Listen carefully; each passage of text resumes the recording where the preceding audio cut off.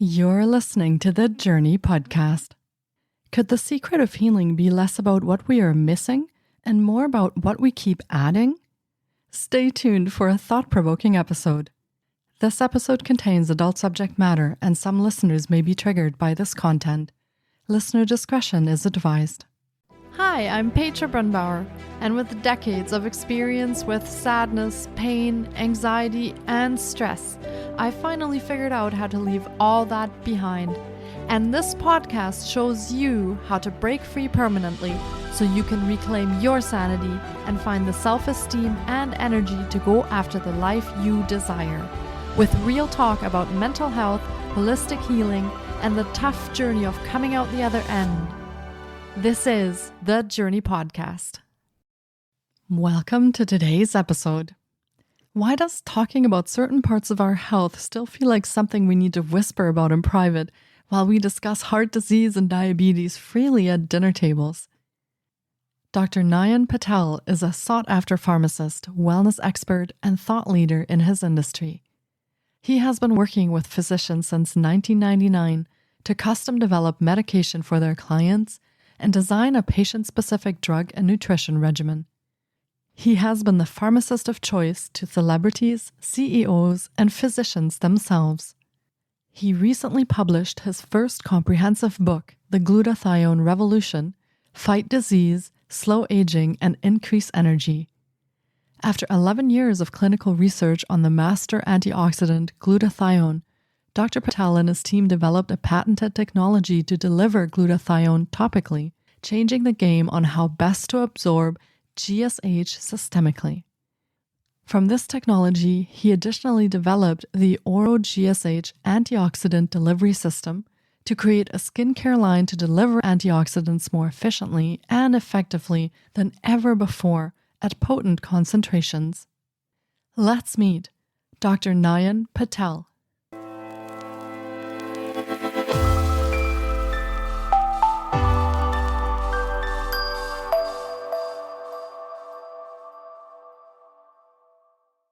Hi, Nayan. It's so great to have you on the podcast today. I've been looking forward to getting to chat with you because our hormone health can be a very, very confusing thing. And I know our listeners are probably very curious about learning more about that. I am so glad that you are joining me today and welcome to the podcast. Well, thanks for having me here today. I appreciate the time and the honor to be recorded today. So I'm here. But thank you for inviting. So thank you. Absolutely. Yeah, I feel that the more perspectives we can have on that, the better to get the information out. And especially when I think it comes from a female perspective, this can be a vast topic with lots of different pieces to it.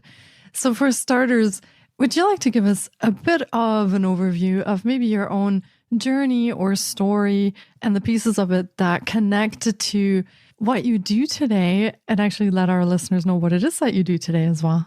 Absolutely. So first of all, I'm a male. So I just want to make sure that people understand that I'm talking about hormones today, but more importantly, I want to make sure people understand that my goal over here is to educate and share my learnings that I have gathered over the last close to 30 years now. I've been doing hormone replacement therapy well before I became a pharmacist. And so even as an intern pharmacist, I was working in a lab where we were making hormonal prescriptions, customized medications. And I didn't understand at that time, why are we making hormones? There's so much available commercially. Why don't we just slap a label on some pills and just give it to them? And the pharmacist I was working with, he goes, no, you can't do that. This stuff is not right for the women. This is not.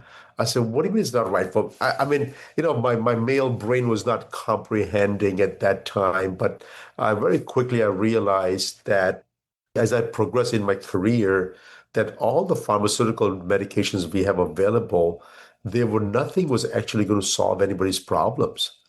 And all we were doing is managing people's problems. And so I said, well, that's not a good deal for me for long term. It's like having a subscription to a pharmacy. And hey, get your prescriptions filled over here at a monthly basis, and we'll take care of you. We'll not get rid of your problem, but we'll take care of you for the rest of your life. And so I said, there has to be a better option than this. There cannot be something where our human bodies is dependent on some medications for the rest of the life because our human body is made just perfect and it can withstand anything and everything that comes at it. So we just have to figure out what we are doing or what we're doing more often. The body doesn't want us to do it. And so my journey started very early on dealing with hormones. And it was an easy pickings because guess what? Nobody was talking about it at that time. And it was a sort of a taboo thing. If people would say, oh, no, no, you don't talk about hormones in this house. It's just one of those things. This culture is so diverse in every culture is out there. And so talking about hormone health was always on a hush-hush kind of a deal. Oh, let me talk to you privately. I say, "Why- can we just open up? We talk about heart disease, diabetes, arthritis all day long, infections, in fact, all day long.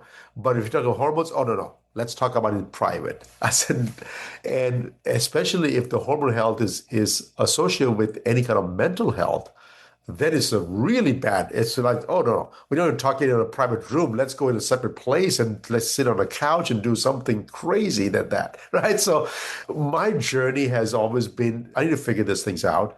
And early on, when I first started treating patients, I started attracting all kinds of celebrities and CEOs of all various parts of the world, and they're coming to me and they're saying that, hey, I need something better and better and better. And that's what I say, okay, there has to be a solution. If people are willing to throw money at this problem, that means the solution that we have is not correct. So I need to look further than that. So anyways, so that's why my journey is here. I've been dealing with hormones for close to 30 years now, and I'm here to share any information you want. Amazing. Thank you for that introduction. And, this is one of the things that I find curious when we talk about pharmaceuticals in particular and sort of more Western medicine is that very often we don't really look for solutions. It's okay to just give a pill and then we'll go from there. So I really appreciate that you actually feel that there should be some kind of solution and have spent your life's work looking into that and trying to figure out what that could be.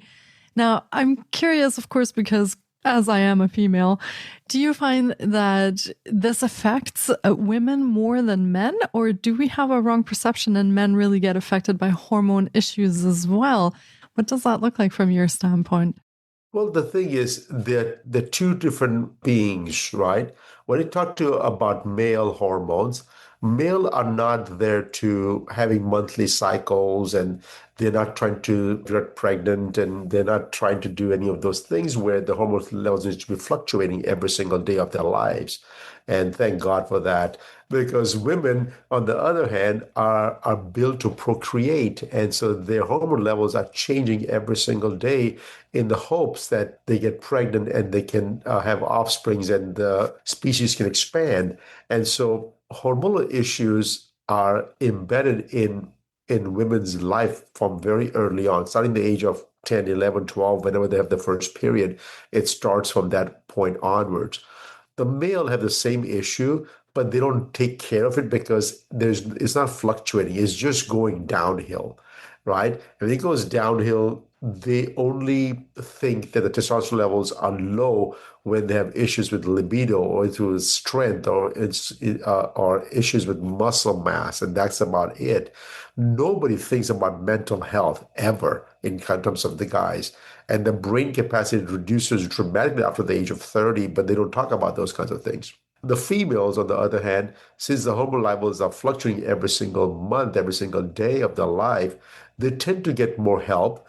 They tend to get to the doctors early on and get it regulated somehow. So that way they don't go through the ups and downs that they normally would do without the help of a physician doing the proper hormone health.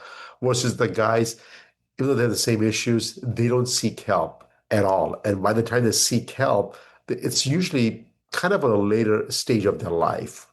Yeah, it makes sense. And I wish it was different because to ease people's sufferings and of course what they're experiencing, because I think we have methods and approaches to help. So yeah, that is one of the things and I do feel like you said, there is still a stigma attached to when we speak about hormones. It's one of those things, and especially around pregnancy and menopause, women are often stamped off as hysterical, overly emotional, all of those things that come up. And there's a lot of discrimination also during menopause at work, that somehow women become less capable because we struggle sometimes with memory and those kind of things as well during those times. So I definitely hear what you're saying about that. But if we come from a standpoint of wanting to support people and help them in their journeys and their hormone journeys, what are some of the things that you find are really important that whether they're male or female, they should know about when they go see their doctor? Because oftentimes we do a blood panel, nothing really jumps out, and many doctors don't actually even check hormone levels. So what would you say that is important for people to actually mention or look for when they first want to maybe work on their hormones? Of course. And you mentioned blood panels, you mentioned menopause and the symptoms associated with menopause and memory issues. So you have a lot of questions that's packed into this one question. So I'm going to try to dissect as much as possible for you so you understand where I'm coming from. So let's talk about the males first, because that's easy. Males' levels are not fluctuating. They are constantly going either up or down. It's usually going down. So you can do a hormone health blood checkup and see what the testosterone levels are. And if it's reducing, you replace it. And your job is probably done. Probably, I said. It's not done, by the way, but it's probably done because you think that your hormone levels are fine, optimized, you should be okay by now. Females, it's a whole different animal, right? So every single day, the hormone levels are different. So if you do a blood test, you have to know what day of the cycle are you in? Are you in the morning or in the evening? What kind of symptoms you're having? What kind of diet you have? Everything affects your hormone levels. So in honesty, I don't even check women's hormones anymore because I've probably treated well over close to 1 million people in my lifetime through my physicians, of course. I didn't see 1 million patients by myself. There's no way. But I train doctors and I teach the doctors on how to do hormone evaluations and how to do treatment plans. And so I've seen patients through their eyes. And what I have seen is something where women, they tend to get help early on. They have a better chances of having a normalcy in their hormonal patterns than people they don't get checked up early on. And because of all these patients that I've seen over the years, I can predict the hormone levels in your body just by your symptoms. And so that has given me an innate ability to help my patients kind of identify. I said, I don't need a blood test to tell me what's wrong with you. I can tell you what's wrong with you, right? Because sometimes if you have hot flushes and night sweats and your hormone levels, well, your hormone levels are kind of normal. I said, but the symptoms are not normal. The symptoms are absolutely devastating to me. And so, well, I don't know what to do. And so they're trying to treat the labs instead of trying to treat the person. And so when I train my physicians and when I work with my physicians, I tell them that let's treat the patients and not the labs. And when we do that part, we get a better results that way. Now, when you're younger, the hormone levels are fluctuating, but then you hit puberty, they really go crazy. And yes, you get emotional because guess what? Your estrogen levels are rising, your progesterone levels are rising because if you do get pregnant, we need all these hormones to help sustain the pregnancy. So yes, women do get a little bit emotional during the end of the cycle, and that is natural to do so. The guys is to understand that, hey, when that happens, don't run away. All they're looking for is just a support system that, hey, no matter what happens to you, I'm still going to be here with you. They just need the safety, the assurance that no matter what happens, I can always count on you to be there with me along this journey because being a parent is a journey for two people, not just one person. And so the hormone levels are fluctuating. And then when you hit perimenopause, which is about 10 years before you go to menopause, it's the hormone levels are actually really fluctuating because now the number of eggs are reducing in your body. And so the body senses that, hey, this is the last chance for me to get pregnant. So they elevate the hormone levels to increase it to a point where they want to make sure that there's going to be eggs going to be released, there's going to be a better chance for you to get pregnant, and so on and so forth. So the levels are rising. So with the rising levels, it becomes really hard for those women to cope up with this rising levels of hormones. And at that stage, I would say 90% people are not looking to procreate, not looking to get pregnant either. So they don't want this emotional roller coaster happening every single month. So having a proper balance of these hormones will actually really will be beneficial, but it'll be very difficult to get the hormone balance at that time because now you're dealing with the pituitary, the brain, which is trying to control your ovaries to produce the hormones. And the hormones are only given to the body that supports the ovaries, but not the brain. And the brain goes, wait a second, where's this hormones coming from, right? And it's just go crazy. So we're trying to balance both the brain function or the pituitary functions and the gonadal functions with just hormone replacement therapy. And it gets very difficult to do so. But it is doable. It's just that it takes a long time for the physicians to get to the right treatment plans. And then eventually you stop having a period and you go into menopause. And now all of a sudden the body says, well, I'm done. My job's done. So I'm not going to produce any more hormones. And the body was designed, all species are designed to do what? You get younger, you procreate, you expand your species, and you die. I mean, that's what the whole thing is all designed to do so. And with our intellectual capacity or the power or knowledge that we have gathered over the years, we have increased our lifespan to double the age of procreation. So we are supposed to live until the 40, 45 only and then shrivel up and die. But now we're living up to 80 plus. I said, wait a second. We have a whole life after in menopause that we had no idea what to do with it. And so having a proper hormone balance is actually beneficial for heart health, bone health, skin health, mental health. All this requires proper levels of hormones. And in menopause, especially, having those balanced form of hormones regulated is important because the body's not making it. Now, flip side, the guys, it's if you think about it, it's like, well, do I get my erections? Do I have my libido up? If I muscle mass, I'm done. I said, what about your brain health? What about your heart health? What about your diabetes? What about other things? Well, I don't know what to do with that one. I exercise, I'll be fine. I jog, I run, I'll be fine. Don't worry about it, right? And so guys tend to not to get any help, and that's why if you can see the life expectancy for females is much more than males because women get help, they get evaluated, and they take care of themselves. Versus the guys, by the time they figure out, they already have one or two diseases. They have blood pressure issues, some sugar issues, some metabolic disorders, cholesterol issues. And when those issues pops up, they don't go back to normal ever. You can subside the problem, but it doesn't go away ever. And so that's the problem that I want to address as well for everybody, that making sure that, hey, do whatever it takes to you don't get the diseases.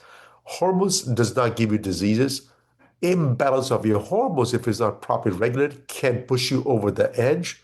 And so get your evaluations done correctly. And if you don't think hormones have any effect on your brain, you are further away from the truth, right? Because all hormones are regulated by pituitary, which is regulated by your hypothalamus. So the brain actually governs everything on your hormones. That makes a lot of sense. And I think probably most women can tell you how that affects our mental health when these fluctuations kick in. And so, yeah, thank you for sharing that. And I do feel that, there obviously are these differences between males and females, but maybe at this point also, let's talk a little bit about, you said then we can balance our hormones. So maybe our listeners are kind of wondering, well, how then do we do that? So if we figure out there is an issue or maybe an imbalance or something that we need, whether that be male or female, how would you go about balancing that in the body then? Absolutely. And the thing is, the balancing act is a very, it's an art. It's an art more than science, right? If you think about balancing nature, it's extremely difficult because there's so many species, so many things that all have to come into place, and human beings cannot comprehend what it takes to balance nature. We're trying to do the same thing with the human body, balancing human body. We're dealing with just hormones. It is not an easy task. And so I ask everybody that's listening to this podcast is to go on a journey with me. Start balancing your life from everything from the start to finish. If you woke up, that means you had a good night's sleep. So sleep is very important. If you don't have a good night's sleep, trust me, your hormone levels are off right now because your stress levels increased already to begin with. And then as soon as you wake up, I hope you're not reaching for the coffee and some donuts or some cereals and some food that are not going to put you in a peak state to perform or to conquer the world, right? So having those dietary choices that are what your body needs is going to be very instrumental. Having an exercise plan, having a movement plan. Exercise sometimes could be detrimental, could be daunting for some people, but then a movement plan. I said, hey, just can you just move for like 30 minutes? I don't care how you move, what you do. That could be a stepping stone to achieving greatness in the future, but you can start someplace. So taking care of the body is very critical. And if you do those kinds of things, achieving balance is going to happen. It just takes 80% of the work needs to be done by you at home, and the 20% is done by the hormones itself. And I'll prove it to you, right? If you look at the whole endocrine system, when you're dealing with the hormones, it's the endocrine system. If you look at the whole endocrine system, it's a pyramid. The bottom of the pyramid, which is the 40% of the solution or the 40% of the problem, whichever way you look at it, I look at solutions because that's easier. That means I have control over that issue. The 40% on the bottom is your cortisol or your stress hormone. Okay? Stress is something that you bring onto yourself by whatever things you think that you want to do in life. And so managing the stress is critical. The next 30% about the base is your insulin or your diet, what you choose to eat. I understand that we live in a free country and we have freedom of choice, but the freedom of choice is given to you for your own benefit. But the body says that, hey, where's my choice, right? Why do you choose to poison this vehicle that is supporting growth in you? And so 70% role solution is what? Diet and stress management. That's all on you. There's nothing that a pharmacist or physician or doctor can do for you. The next 20% is thyroid management. I understand that thyroid management could be tricky. It's a blood test. It could be symptoms evaluation. If you do not have exposure to pollutions, toxicities, radiations, then the thyroid glands can function for the rest of your life with no problem, right? But if you have some sort of issues, then the thyroid glands can go a little bit crazy, but you can get evaluated and take the pills for that, and you should be okay. And the last piece, the 10% of the total solution, is your hormones. So if you're asking me, how do I balance hormones? Well, I can do my best to do balance the hormones, but if I don't get help from you, I say, well, I'm just going to sleep at 3 in the morning, wake up at 6 in the morning, and just pound a couple of coffees and then drink coffee until about 2 o'clock in the afternoon because that's what keeps me going all day long. I come home, I don't have time to exercise, but in the evening, oh my God, I'm so tired, I'm so wired up. I need a glass of wine to just kind of calm me down because I had so much work today. And then you calm down. Now you're it's too much alcohol in your liver that your body has to process, how much toxicities. I need to eat proper diet today. And they tell me, said, Doc, can you help me with my hormones? Well, I am not sure hormones are going to do anything for you at this point. But so when you talk about balance, we had to look at all those components into place to get you balance.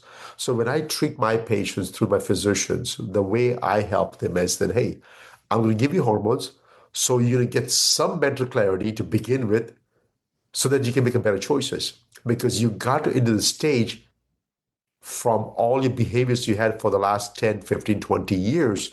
I cannot reverse those behaviors because some of the behaviors are basically your identity, right? It's like who I am. I'm a busy person. What do you mean? I'm a CEO. I work hard. I said, no, you don't have to work hard if the body doesn't want you to work hard, right? And so people need to listen to the body more than anybody else. And so recreating balance using the hormones is critical, but all the work is done by you before you come to me with the hormones. When you come with the hormones, I can talk about the hormones all day long, but the hormone replacement therapy, now you have two choices.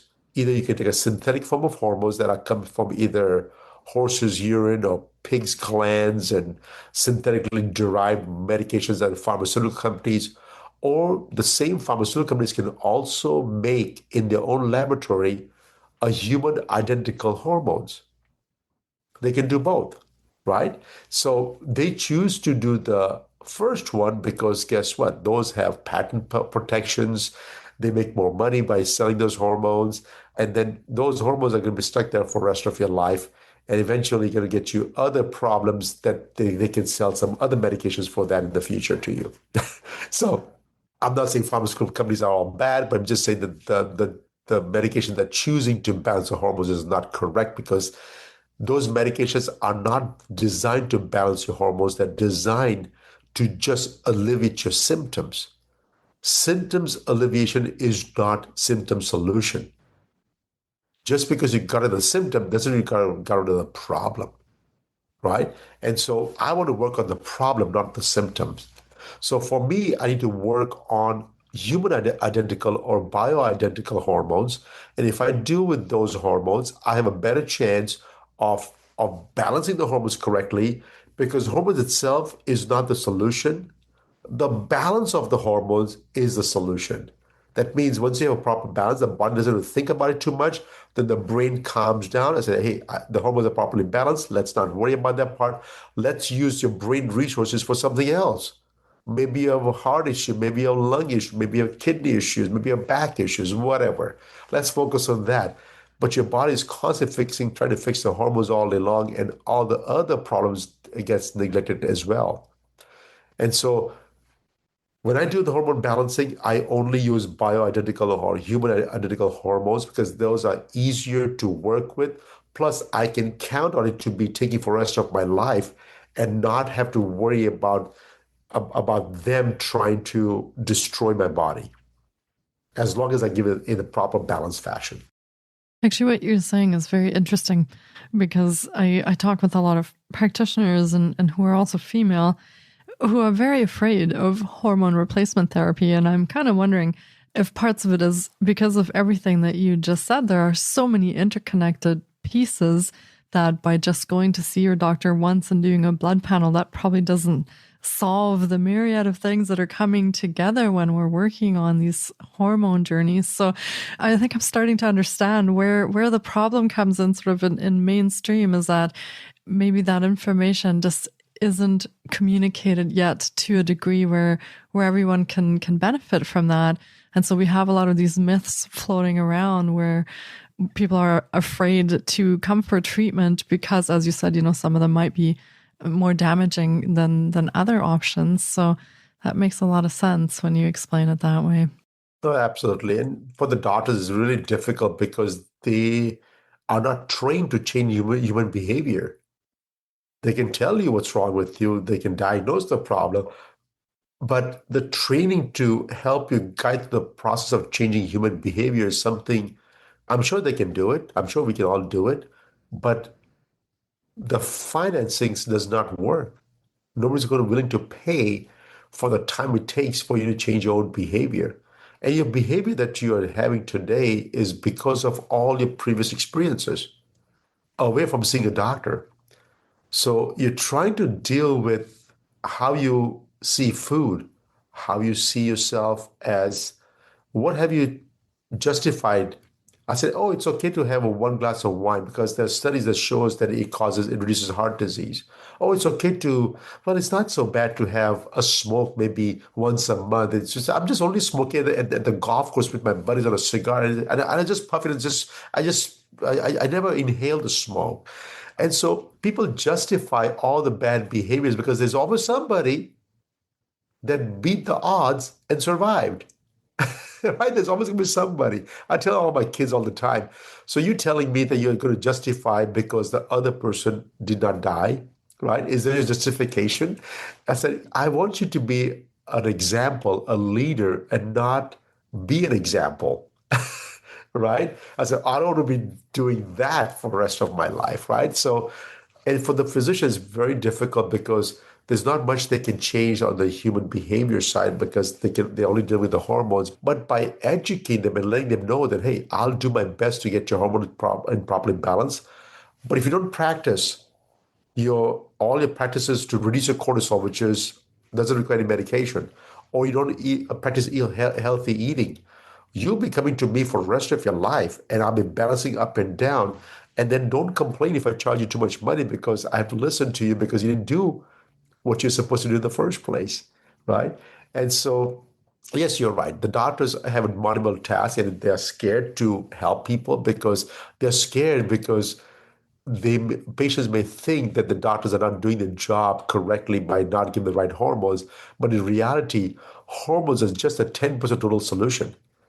70% is diet and stress management. Yeah. So, listeners, there you go. This is a big nugget and a big aha moment, I think, for a lot of people listening in, is that a bit of that self accountability, that self responsibility to take care of the pieces that we can take care of, while we're trying to go on these health journeys and finding solutions to our issues, that there are pieces that we can already start addressing. And as you said, I think the cortisol, the adrenaline, like this kind of stress hormones, I think those are so common nowadays with everything that everybody is taking on and having to deal with, that we get so busy that these are pieces that fall by the wayside and we don't take care of ourselves. But they're the foundation, as you said, of this whole pyramid that you described is actually exactly those pieces. So taking some of those steps to care for ourselves and then continue on from there. Now, I'm also, go ahead. One more thing. You talk about adrenaline. So let me address adrenaline for you. Yeah. Because I have a lot of CEOs as my clients of ours. And I have Fortune 10 CEOs. In fact, these are multi-billionaires. And their stress level is you can't even compare to anybody, any human beings on this planet because their stress level is extremely high. What I call them, they are all adrenaline junkies. Right? They have too much adrenaline in the body all day long. They are tired as hell. They're so wired up, they can't fall asleep. There's nothing they can do to fall asleep. There's no sleep that works for them. No sleep medications works for them. And so I put them to sleep in less than 10 minutes every day. And so the thing is, just understanding their part, okay, I'm not asking them to change their job because they have a very, very important job. A lot of the good CEOs out there, they have a big arm of philanthropy or driving, helping humans take to the next levels. And so they have a passion, they have a mission to accomplish. I don't want to take it away from that, but I want to help them go to sleep and relax so they can be able to see this thing for the rest of their life. I wish Steve Jobs was still alive. We could have a much better iPhone today than what we got 10 years ago. But what I'm saying is that we need these people. So what I do for these people is literally unique because how do you get adrenaline out of the system? So I tell my doctors, I say, look at it. If there's too much adrenaline, give them some active form of thyroid. Active form of thyroid will push the adrenaline out of the systems and boom, in 10 minutes, they fall asleep, right? You and me, you take a thyroid pills before you go to sleep, you'll have palpitations and chest pains and all kinds of things. I say, oh my God, this is crazy. What the hell is wrong with you? How would you prescribe this medication? So we use medications sometimes to deal with the symptoms because we cannot change human behavior. But you should know why we're prescribing it, how it's working, so that if you do make a change in your life, right? If you're the president of the United States and you're busy as hell today, but tomorrow you're not, your life is going to change dramatically. You cannot be taking the same medications, the same stuff again tomorrow because now your life has changed. So for your listeners, I would just want to make them to understand that when we prescribe medications for you, you should know how it works, why it works. So if there is a change in your behavior, because we all change.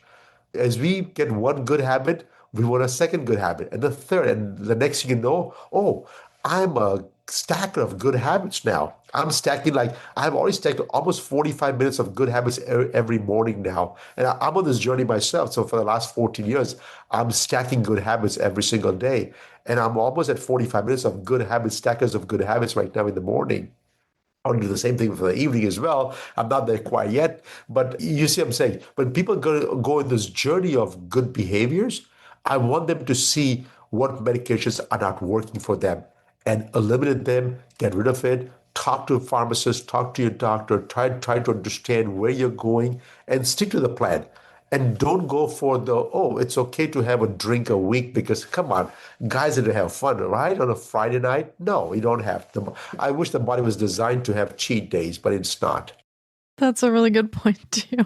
But, it helps us justify our bad behaviors. And often those are sort of coping mechanisms, right? Like having a drink because you've had a stressful day helps you calm down. So we have these justifications of why we're doing these things. And as you said before, they do stack up and we then become sort of, oh, well, but this person didn't die of that or this person didn't die of that. So, but overall, that's not a really good foundation for our own health, especially not long term. So finding those better habits that we can stack and then helping ourselves advocate for our own health, I think becomes sort of that really important piece where we need to be very honest with ourselves and look at what we are actually doing and not doing. So, yeah, that makes sense. The last piece of this whole thing is that people are doing things and they think they're healthy. People are taking protein shakes and nutrition bars and they think they're all healthy. Let me just tell you, and this is what I've learned over the years. If we had to read a nutritional facts to prove that it's healthy, it's already unhealthy to begin with. Real food have no nutrition facts label on it. If you do not know that part, go to the store right now, pick up a piece of broccoli, and they will tell you how much nutrition is in the broccoli. No, they won't tell you because guess what? Real food have no nutrition facts on it. So as long as you eat real food, not processed, not preserved, it's something that's homegrown, that's something that's came out of straight from the farm, you're allowed to eat as much as you want. And even though you process it and make it sort of a healthy, it is only there in case of emergency. And emergency happens every single day of your life. It's not an emergency. That's the life you have chose to have it, right? Emergency happens once in a lifetime, right? Once in a while. If that happens, yes, you can eat your healthy sort of bar or whatever food that you chose that have some nutrition facts on it. Oh, this one has no sugar, no seed oils, no flavor, nothing. Okay, this is good for you. No, it's still not good for you. But I think that is sort of I want to almost say societal re-education because, my grandparents lived exactly like that. They always said to me, you should eat everything in moderation, but they also went to farms, they picked fruits off trees and took vegetables out of the ground and actually cooked with real food. So we've lost that a little bit because I have little family members that don't even know where tomatoes come from anymore or where carrots come from. We've kind of lost, I feel, that relationship with our food a little bit. So this is almost a complete re-education now of coming back to the basics, coming back to the building blocks and the foundations of our health and rethinking a little bit what we've given up for that convenience of the things that we take for granted as in, I pop something in the microwave or I do this or that with a box of food. What have we given up, in turn for that? So yeah, little bit of re-education on our basic building blocks for our health. Absolutely. Well, thank you for sharing all this. I think we've learned so much in just this very short time spending that with you. And I really appreciate you being very honest about all this and sort of lifting the lid a little bit on, what it looks like also from a physician's side, because of course, they're the ones working with patients, which are people like myself. And sometimes that can be a confusing journey all in itself. So thank you for sharing that and clarifying that.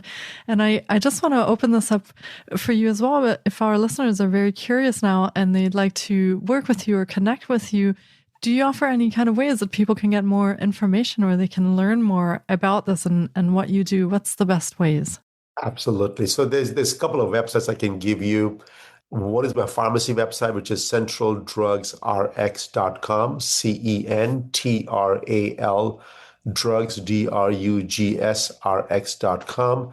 that's my pharmacy. As I said, I mostly work with physicians. If you're a patient and need some basic consultations, I have a team of pharmacists that I've trained them over the years, and they'll be more than happy to help you out with it. Some basic questions, but more of the time they will refer you to a physician to get your evaluations done. But we'll be more than happy to fill the prescriptions for you. And I just want to make sure you understand that part.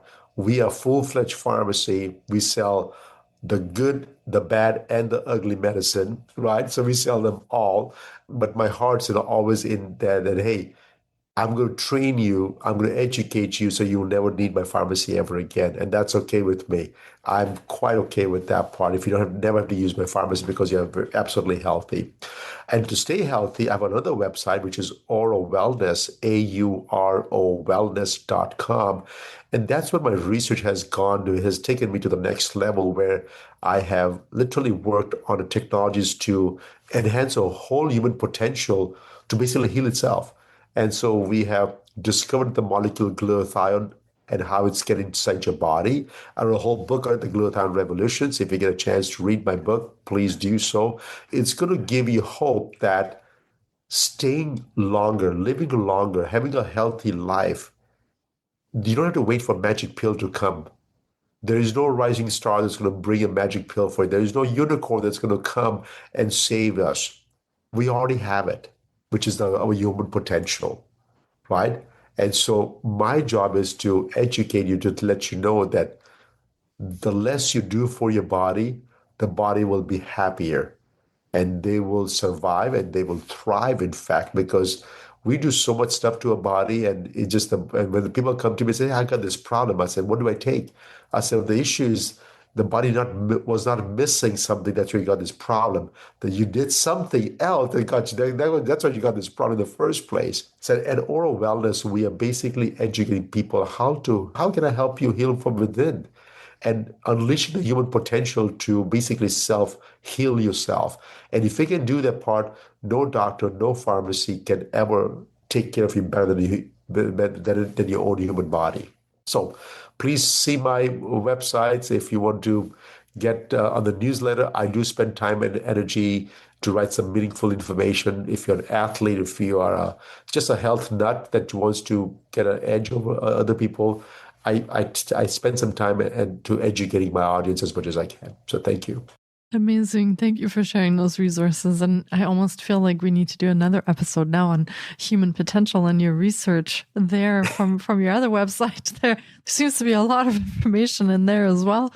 So thank you for sharing that. And yes, trusting that innate healing potential that we all have. Our bodies are actually very amazing temples, I guess, as some people call them, that have a lot of wisdom for healing a lot of things. And if we kind of can get out of the way of just putting things in the way all the time with the processed food and all those things, we free up that potential to come in and do its thing. So yeah, thank you very much for spending your time with me today. And thank you for sharing all your wisdom that you've gathered over your lifetime with our listeners. And we will be sure to link to your resources in the show notes as well, your book and the website, so that our listeners can find those and can hopefully connect with a lot of the things that they may need in their own lives. And in turn, find those foundations that you were talking about and become healthier and live longer healthy. So I just want to thank you again for being here. Thank you so much for spending your time. And I truly appreciate you spending this half hour with us. Thank you so much for having me today. Absolutely. Take really good care of yourself. Thanks everyone for tuning in, and be well. Thank you so much for taking time out of your day to listen in.